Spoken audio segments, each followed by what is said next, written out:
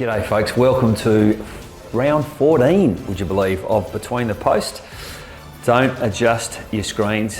You may be wondering, is he here again by himself? Unfortunately, the answer to that question is yes. I'm having to run the ship by myself again. Tony Neal away on holidays this week, would you believe? So please bear with me, there'll be a few mistakes made as we run through this week's edition of Between the Posts. What is on the show tonight, you may want to ask?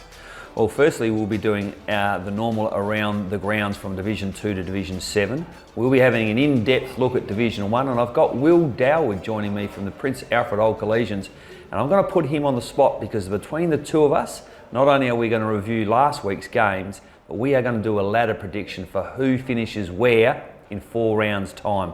And we'll also square off on a buddy bet. What else? Marks and goals of the week. As per normal, we'll go find out what is making news around the league and at the league office. And I can tell you what is making news at the moment is that 2 of the staff, Ivana and Dee, are off with COVID. So I said a while back, folks, that COVID may play a big hand in what happens in the finals. We're already starting to see an impact, certainly at the higher levels. And I just hope that we can get through the season with not much more interruption from COVID. So a pretty full show. Grab a drink, grab something to eat, strap yourselves in because we have got a show for you.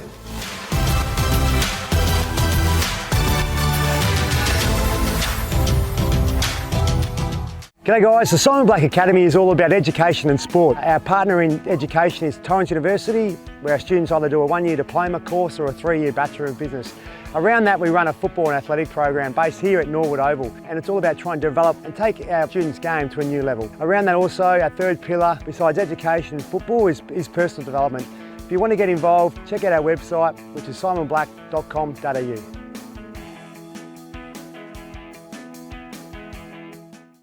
All right, folks, let's have a look at around the grounds now, and we'll have a quick look at all the divisions. We'll start with Division 2. What caught my eye in the breakthrough mental health round? Well, I'll tell you what, the first thing that caught my eye was Adelaide University, who I think were 9th on the ladder, taking care of Foss Camden, who are now 6th, and that's cost them big time. It's the second time they've lost to Adelaide Uni this year, Foss Camden, so that was a bad result for them, a good result for Adelaide Uni. Salisbury North, big winners over Gazer, no real surprise there. No real big goal kickers, no one more than 4 in that division, so we'll move straight along to the next division, which is Division 3, Sip and Save. Liam Verity kicked 6 for Modbury, bit of a blow, went off injured I think at half time, so we'll hope for Modbury's sake that he isn't too badly injured. Big win for them, 24 goals to 3 over Morphy Parks. Golden Grove, well, they're 14 wins in a row now, they just keep going about their business. Saw the coach gave himself best player, so well done to Luke Barmby. It's not very often when you're a playing coach that you're allowed to put yourself in as best players. Sure, he didn't pick it, but good to see. Edwardstown took care of Smosh, no real surprise there, and the other games went according to script. Must mention Smart from Flinders Park, who kicked 7 goals. So Division 4, the 9 News. I'll tell you what caught my eye in this one. I picked up the paper on Sunday Mail, and I know I'm a dinosaur. No one reads the Sunday Mail, or not many anymore. I like to still catch it on the half volley on a Sunday morning if I'm up and about early. And I'll tell you what caught my eye. This result, it says Pulteney 24 goals 11 defeated Mitcham 4 goals 3. Pulteney haven't won a game this year, and they beat Mitcham by 20 goals. So I thought, wow, who kicked all the goals for Pulteney? And then I counted the goals, and there were only 4. The Sunday Mail got the teams in the wrong order. Pulteney still yet to win a game. Went down by 20 goals. Another bad loss. Paraka, though, had a very, very good win against Walkerville by over 12 goals. And notice McCormick Smith kicked 8 and Rankin kicked 5.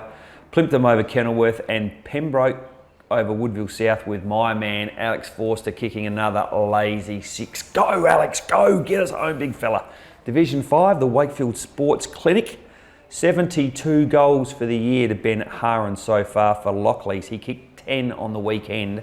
He's the leading goal kicker probably across the entire Adelaide Footy League. So another 10, and Lockleys have only lost to 1 game this year, and that'd be a good reason why.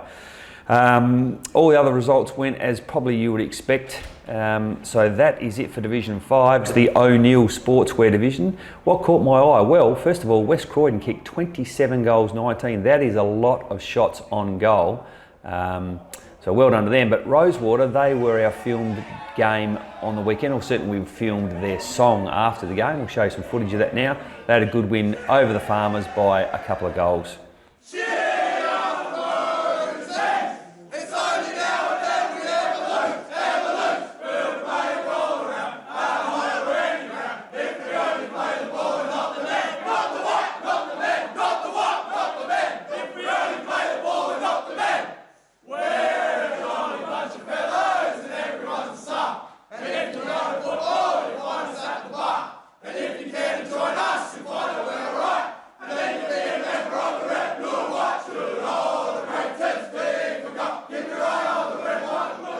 Division 7, the CMAX Clinical Research Division. Did anything really strike me as being a little bit different or meritorious? Not really, folks. All games went as you would expect, and no one with more than 4 goals other than P. Rhodes from Flinders Uni, who kicked 5, and that is around the grounds.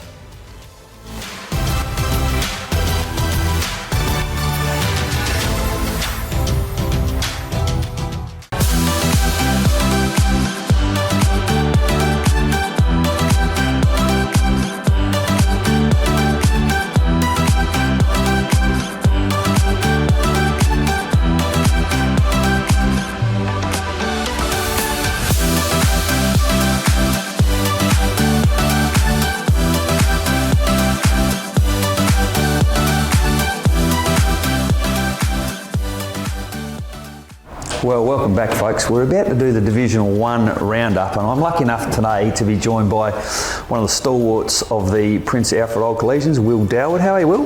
Good, Jacko. Thanks for having me. Yeah, great to have you in, mate. I think you've got a bit of a career in front of you in the media, but we're about to find out. We're going to have a look, first of all, at the Buddybet Division 1 games from Saturday, and I'll get your thoughts, mate. And obviously there were a couple of surprises, or one in particular, but we'll work through the games. Firstly, Paynham defeated Port Districts. Now, this was 10th on the ladder, beats 1 on the ladder. Yep. Did you see that coming? I did not. And, it was very interesting when I saw it on my phone on Saturday night, and I thought I got away with that one, but it's probably a good thing for Port Districts to lose a game. You know, when you're going so well, it sort of brings you back to reality, but yeah, surprised that it was Paynham. Yeah, well, funnily enough, we had John Giannini on the show last week, and I said to G, I reckon you've got them at a good time. They've had 2 very good wins against you by less than a goal, and then they beat Goodwood Saints to take top spot. Yep. And I thought they might have been right for the picking. Well, they were. They were. But let's have a look at the stats now that are on the screen. Anything jump out at you there, Will?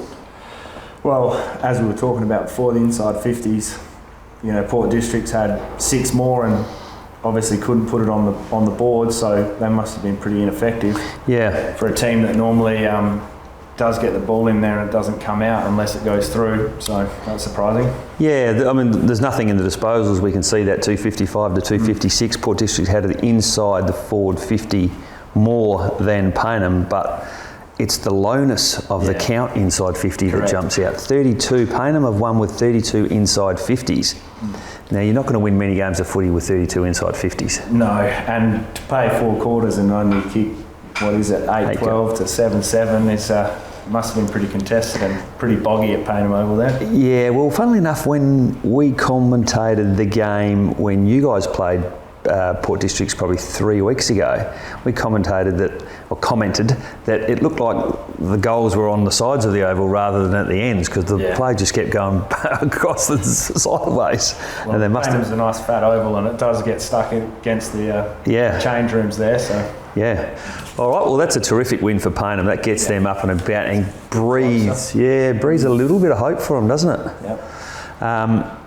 Ethan Haylock, best player. Again on the weekend, been in good form. Bit of controversy surrounding him obviously at the moment, but see what happens there. Yeah, good to see him in good form. All right, next game, Teatree Gully versus Glenunga. 2-goal margin. Yep. Which is surprising, 15-9 to 13-9. You know, Teatree Gully are renowned for having shootouts, and in the weather that we had on Saturday, that's pretty pretty standard. Obviously, young Petey Personos. Kick 4, Had a good day. He's normally interesting in the wet. Yeah, well, that's quite a high score for Glenunga too, 13-9. They're not a high-scoring team, but you're 100% correct. Teatree percentage is poor. I think, all the time I've played them, they've always been a team that likes to outscore you in whatever way they can. And if you kick 20 goals each, as long as they're up at the end of the game, that's sort of their game plan from my experience with them. So no, I agree wholeheartedly. And look, from a spectator's point of view, it's better to watch than the lower scoring games. But I've got a feeling they may come back. It may come back to bite them, and we'll talk about. We've got a bit of a ladder predictor in a few minutes, and I'll get your thoughts on how the season unfolds. But I think it might come back to hurt Teatree Gully. Let's move on. Brighton Bombers played Old Ignatians, and that was a big win, 10-14 to 4-6. Did that surprise you? It did. I don't know what's going on with St Ignatius at the moment. They're, the 2 times we've played them, they've been very, very close games, and they've got good players all over the field. So I don't know what's going on there. Just maybe a mid-season slump, and it's just coming at the wrong time. But they'd want to pull their finger out, because the way the ladder is at the moment, anything could happen, and they could be in the firing line. Yeah, and so one bloke who is in terrific form for him is Nigel Osborne. He's consistently best player, so he's certainly doing his bit for Brighton. And Braden DePrince is in good touch for Old Ignatians. Let's have a look at the stats here, mate. Is there anything here that jumps out at you? Well, the inside 50s are nearly doubled for Brighton, so obviously they had a good centre clearance rate or something and ended up the ball down there quite a bit, so they've done well to kick that score, the 10-14. Those inside 50s. Well, you look at the total disposals and there's nothing in it. There's 2 in it, and yet Brighton managed to get it in 63 times to 35. That says they controlled between the arcs pretty well, didn't they, Brighton? And the tackles there, they're almost double tackles for Brighton, so obviously they wanted the ball more and won it back, and Iggy's couldn't get it back off them. So, that's a really good win for Brighton, and that's pushed them into the 5. I think their run home is pretty tough. But we'll have a look at that in a minute. Let's move on to your game, mate. You played Ross Trevor. That's about the score at quarter time, and then Ross hardly scored from then on. Is that right? I actually had a wedding, but sorry. That's all right.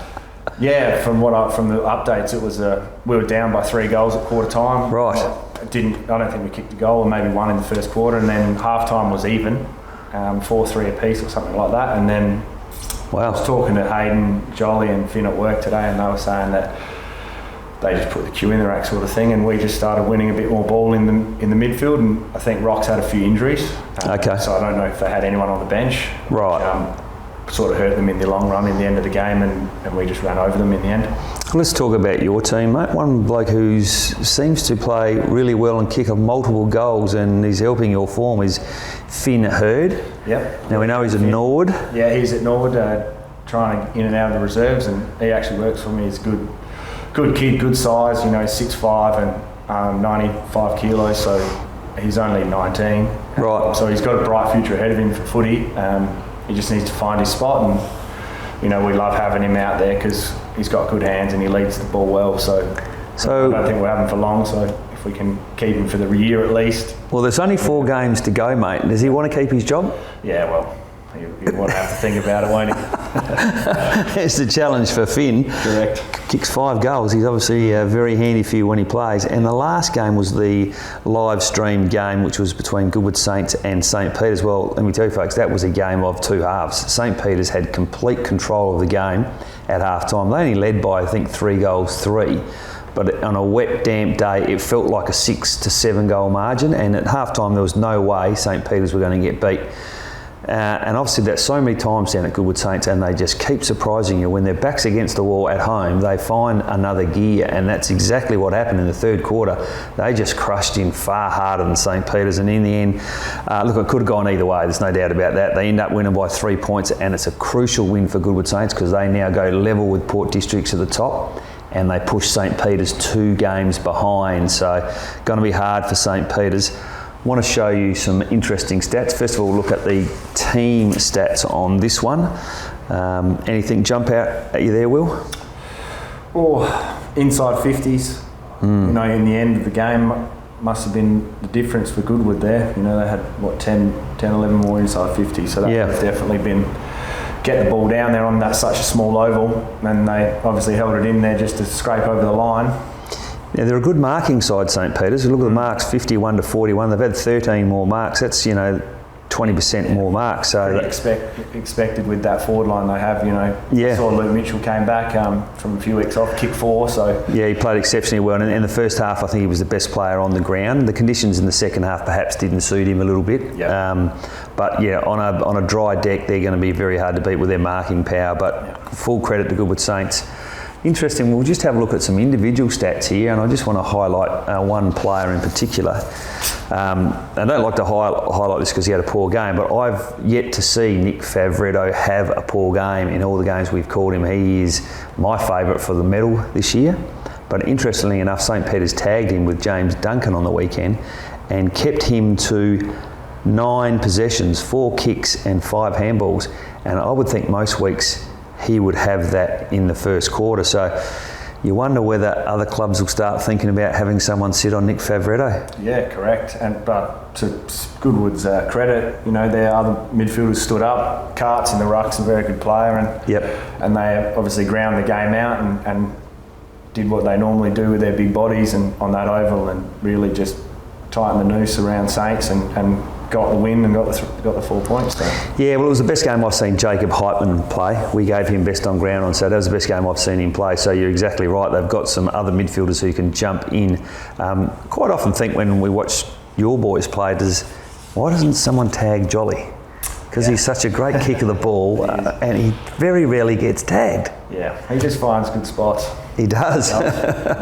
All right, that's it as far as the stats go, folks. And that is it as far as last Saturday goes. But I'll tell you what I want to do with Will now. I want to have a look. 4 games to go. This Saturday is a bye in Division 1. There's only 4 rounds to go. I'm going to put the heat on Will now. We're going to go through every game quickly and we're going to decide by the end of it who plays finals, who doesn't, who gets relegated and who doesn't.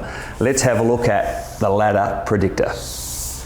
Firstly, Port District's on top of the ladder, 10 wins, equal with Goodwood. That's their run home. Do they beat Brighton at home? They should. Yep. I'm agreeing. But Brighton been playing some good footy, so I think it would just be more so how they react. Yep. St Peter's away. I think Saints might have the wood over them, purely with their forward line. If it's a dry day, I think Port Districts can't defend 3 talls. I'm with you. I think that can go either way. They beat Ross Trevor at home, don't they? And they beat Old Iggy's at home. Mm-hmm. They finish on 13 wins. Yep. Let's move to Goodwood. They've got Glenunga at home next game. Should win that. Yep. Tea Tree Gully away. That will be a shootout. That's probably... And the next game with us, I think, would be their 2 danger games. Yep. So let's say they win the last game against Ross Trevor. Yep. And let's give them 1 out of that. Yep. They also finish on 13 wins, so percentage is going to be important. St Peter's, Old Iggy's away. Should win that. Yep. Port District's at home. I'll give them if it's a dry day, I'll give them that. Yep. Brighton at home. Well, I think they have to make amends for the 1 goal. Or they didn't kick a goal till the 3rd day, so I think at Caterer, they'll home ground. And Payneham Norwood Union at home. They should win that. So potentially 4, but at least 3. Mm-hmm. So they're on 8 now. They're going to be on 11 or 12. Yep. That secures them 3rd spot. Let's have a look at PAC. Your boys on 7. Mm-hmm. Tea Tree Gully at home. Going to give you that one. Brighton at home. Nah, Brighton's away. The last 3 are all away. I reckon. Oh, Brighton's away, is it? Oh, is it? I think so. Might not be. I'm pretty sure it's at home. Yeah, okay. Well, I reckon that'll be a good game between us and them. We match up well. I'll say we should win it. Yep, I'm going to give you that one. Goodwood away, I'm going to leave that one out. Yep. And Glenunga away, I'm going to give you that one. Mm-hmm. So that's 3. That puts you on 10. So you're in. Yep. So the first 4 sides are in, pretty much in that order. I think for you to get 3rd spot, you would need to win every game. And still St Peter's are a chance to finish on 11 or 12. So it's going to be difficult for you to get in front of them based on the fact they've got 3 home games out of the last 4. Let's look at Brighton. This is the one I think is going to be difficult for Brighton. I think they may fall out of the 5. So they've got Port Districts away. We say difficult. Yep, difficult. PAC away, difficult. St Peter's away, difficult. Tea Tree Gully at home. They win that. They finish on 8. Yeah, they need to try to find a few wins in there. They've got to get a win against the top 3 sides. Yep. That's who they've got. Well, 3 out of the top 4 sides. They don't have Goodwood. So have a look at Glenunga now. Glenunga have got Goodwood away. So they should lose that, I'd say. Yep. Paynham at home. They'll win that. Yep. Old Iggy's away. Match. Who won last game between them? I think Iggy's won it, didn't they? I think they did, yeah. I think that would be a coin flip. Yeah. I think if they're a serious contender and want to play finals, they'll have to win that. They need to win. That's a crunch game. What we probably should have done was identify the crunch game in each team's last 4, but that is, I'm going to give them that, and I'm going to say they lose that one. So that means 2, they finish on 9. Yep. They take Brighton's spot in the 5.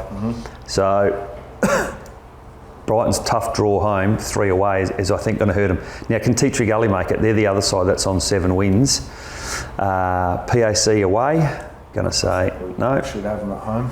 Goodwood at home, possible. Possible, but I think Goodwood are too strong for them. Yep. Paynham away. They'll win that. Yep. And Brighton away. Coin flip. Yeah. So I'm saying that possibly 2. So if they get 2, they are in the hunt percentage with Glenunga, and that percentage is going to come back and bite them on the backside. Yep. So I can't see them making the 5 either. So this stage 1, 2, 3, nothing changes with the order there. Glenunga goes to. That's 4. Sorry, I missed. Yeah. Yep. 1, 2, 3, 4, and we're saying Glenunga finishes 5, 6 and 7. Brighton may slip to 7th. So let's have a look at the bottom end of the table. Maybe we'll go to Paynham now because they're on a bit of a roll. Their form's been improved over the last week. This next game against Ross Trevor at home. I reckon they'll probably win that. Yeah, I think so too. Glenunga away. A chance? Chance, definitely. A chance. If they win that, there'll be some consecutive wins. So we're going to put that as a chance. Tea Tree Gully at home. A chance. I think Tea Tree Gully. They're a chance, but I think Tea Tree Gully would have to win that if they want to be finals. So I think they'll probably be hungrier. Okay, and St Peter's away. So at the most, I've got them finishing on 6 wins and relegation. Yep. Let's move to Ross Trevor. Paynham Norwood Union away. I'm saying no. Old Iggy's at home. That may be the crunch game. Yeah, that might be. That will be the decider between the 2. Yeah, I don't disagree with you there. So let's put a question mark there. Port Districts away, it's a no, and Goodwood at home is a no. So let's say that's 5 plus 1 plus a question mark. Old Iggy's the last side left. St Peter's away, at home. Sorry. So they lose that. Yep. Rocks away. That's the question mark game. Yep. Glenunga at home. Question mark. Yep. Port Districts away, no. Yep. So they've got 5 plus 2 question marks. Yep. They are well and truly in relegation zone, aren't they? Yep. Wow. That's the thing that did one. Even Brighton, Tea Tree Gully, ourselves, and Glenunga. If you have 1 or 2 bad weeks, it's so close. Anything could happen, and it could just change around. And who knows? It's an interesting exercise, folks. I hope that didn't bore you for too much. But as Will said, really, the crux of it all is Division 1 is such an even competition this year. If you don't roll up to play, we saw Port Districts get beaten by Paynham Norwood Union on the weekend. 10th side beat the top side. So there'll be some upsets in that. We get that. Yep. But at some stage, you've got to put your kahunas on the line, Will. And you and I have both put our kahunas on the line. Yep. There is our top 10. Sorry to the 2 sides that got relegated. Well done to the sides that missed a 5. If you're in the middle, have the next month off. That's our Division 1 wrap.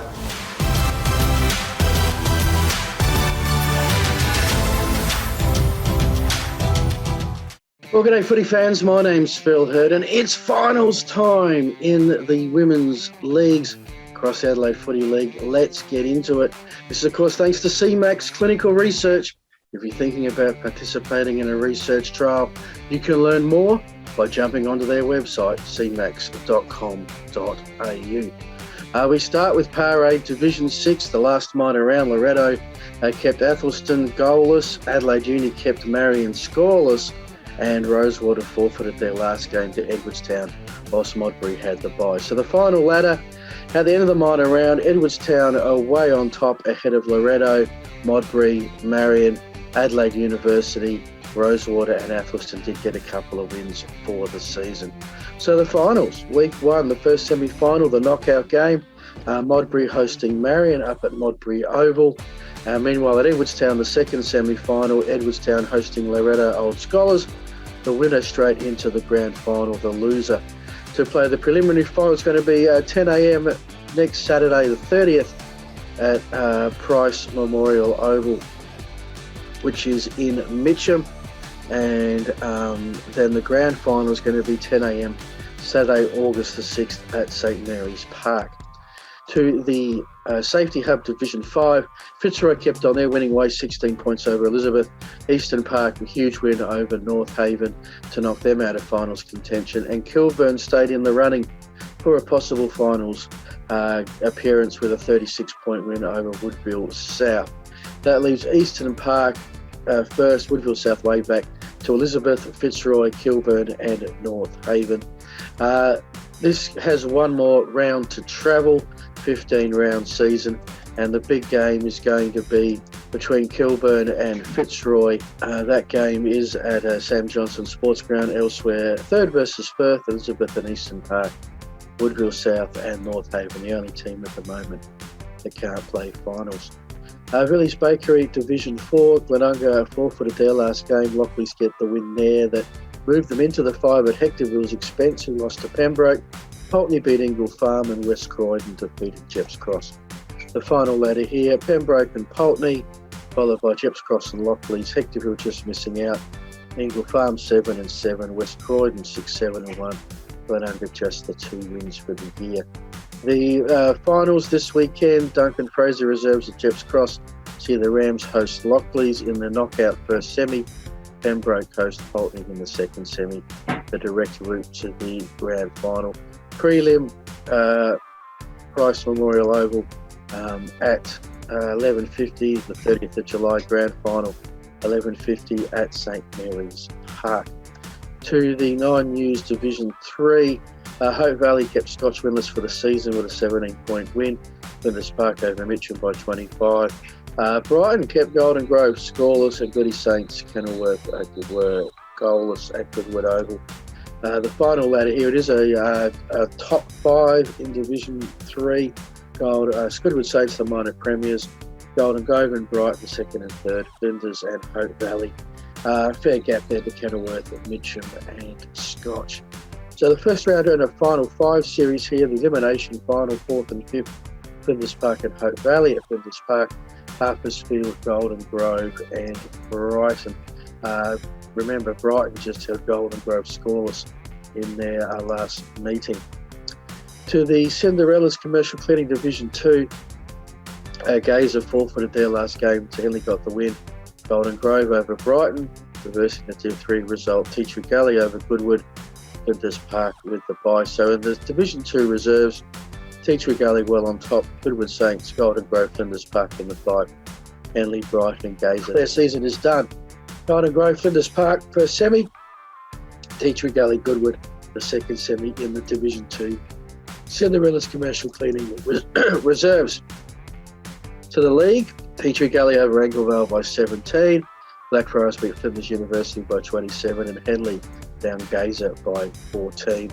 That leaves the final ladder here. Blackfriars well on top from Gazer, Henley, Teacher Gully. Anglevale, the unlucky ones, bundled out of finals contention on the final day. Flinders University not too far away. The finals, week 1 here. Henley hosting Teacher Gully, knockout elimination game.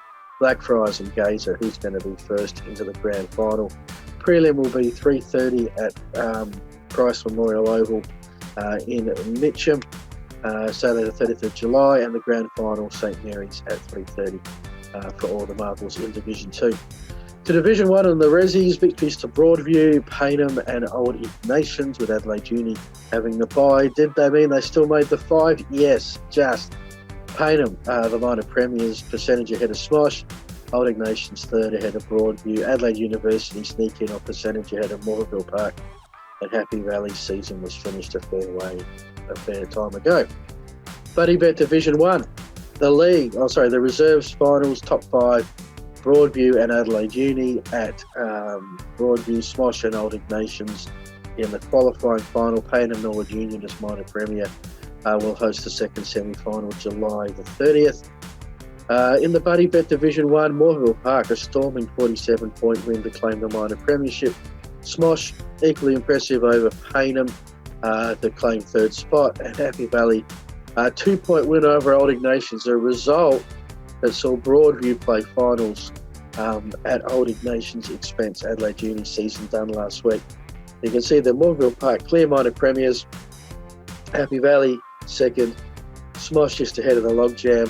Payneham and Broadview with 5 wins. Old Ignatius so close, 4 along with Adelaide Uni. The finals for this week in the Buddybet Division 1 League, Payneham and Broadview, Happy Valley and Smosh in the qualifying final. Morphy Parks will host the second semi-final next week. Big week in the women's, wrapping up most of the minor rounds. Even bigger week coming up, the first week of the finals in most divisions. So check the Adelaide Footy League Facebook page for more updates. I'm Herden saying thanks for watching. Back to Jacko and Between the Posts. This has been the Women's Wrap. Thanks to CMAX Clinical Research. If you're thinking about participating in a research trial, you can learn more by jumping onto their website, cmax.com.au. We'll be back after the break.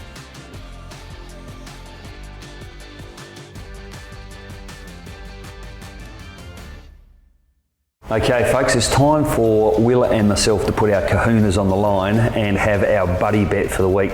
Took on John Giannini last week. He owes me can't remember what the bet was, a dinner down the Moseley, that's right. Will, let's see how good you are. Our buddy bet this week is going to be the qualifying final, Women's Division 1 between Happy Valley and Smosh West Lakes. Now, it's being played at Happy Valley Oval on Saturday night at 5:15. I'll tell you what, Will, I am going to pick Happy Valley to win on the basis that they finished second on the ladder, they're at home, they've won 8, lost 4, Happy Valley, and it's a coffee. Done. I reckon the Smosh girls might get over the line. What? Going back to back, see what happens. Well, they did win the finals last year, so okay, well, we're on, mate. Download the Buddybet app if you want to have a bet at home, and don't forget, gamble responsibly.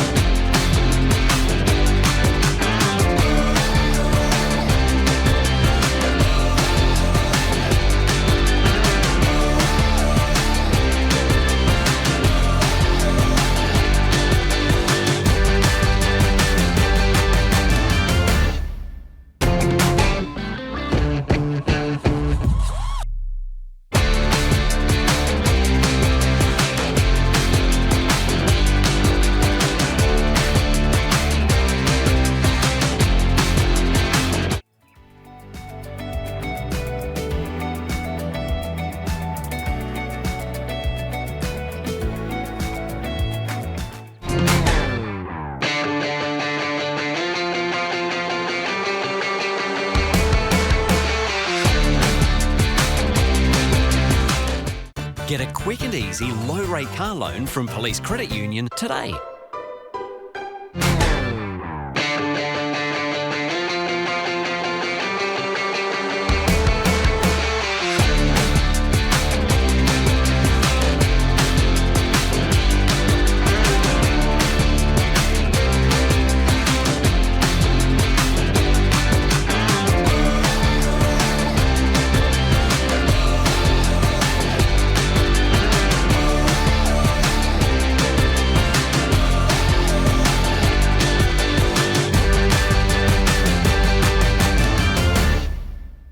Nine News, teaming up with the Adelaide Footy League. Tom Wren on the ground at your club for Thursday Night Live, strengthening communities through footy. All right, let's have a look at around the grounds now. What made news? Well, the Nine News Live last Thursday was held at the Seaton Ramblers Football Club, and we want to thank the Police Credit Union who gave a $500 cheque to the Seaton Ramblers Football Club. Keep an eye this week on the socials as the Nine News heads out to the Rosewater Football Club. The awards from last Saturday. The Buddybet Division 1 Best on Ground went to Jacob Heitman from Goodwood Saints, and Jacob won a $100 New Balance voucher thanks to Belgravia Sports. The Division 1 Buddybet Powerade Player of the Day went to Angus Rana from Goodwood Saints, who kicked a goal after a great passage of play. And thanks to Powerade and Archie's Thongs, he won a carton of Powerade. And the Mosley Award went to Jack Carter for the Team Player of the Day, and he won a $100 voucher courtesy of Luke Donaldson. I bet you he's been there a few times before with the Duck, so I'm sure they'll celebrate with a couple of nice drinks down the Mosley. And Mark of the Week, which was proudly brought to us by Bianco Construction and Industrial Supplies. The round 13 winner was Nigel Osborne from the Brighton Bombers. Nigel wins a $100 Bianco Construction Supplies voucher. He needs to make contact with the league. And the goal of the week, well, I had him in as the guest last week, John Giannini, and he told me about his goal. I hadn't seen it at that stage. I went back and reviewed the tape, and sure enough, it was an absolute ripper from the boundary line. So well done to Gia for winning the goal of the week, and he won a $50 Sip and Save voucher. Contact 5AA Gia and let me know when you get it, because I'd expect at least a stubby of light beer. The West End Player of the Week, round 13, went to Division 3 Reserves Golden Grove Football Club. Head over to the league's Facebook page to get voting on round 14 nominations. That's what's happened around the league.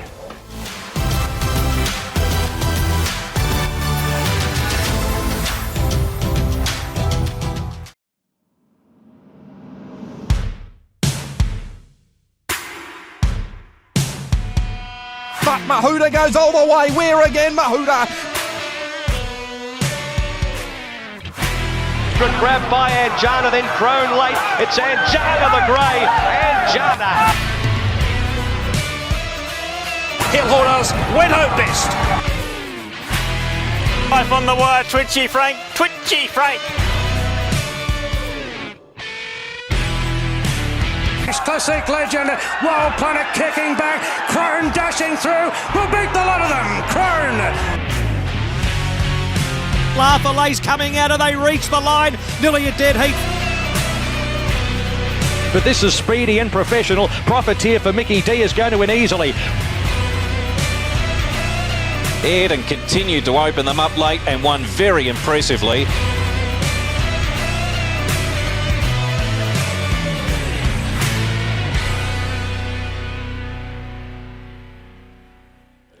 So that's it for this week, folks. Next week, Tony will be back with me, but I've got to leave you with this. Couple of rumours. One, there is still a club being investigated by the SANFL for salary cap breaches. Don't know where that's going to finish. And there's also an investigation between two clubs, again Division 1, over some behaviour issues. So a fair bit happening behind the scenes. Don't tell anyone. Don't tell anyone I told you. Look forward to catching up with you next week when I don't have to hold the whole show together. Tony will be back. Have a great week, folks. Division 1 bye this Saturday. Good luck to all the other grades. Good night.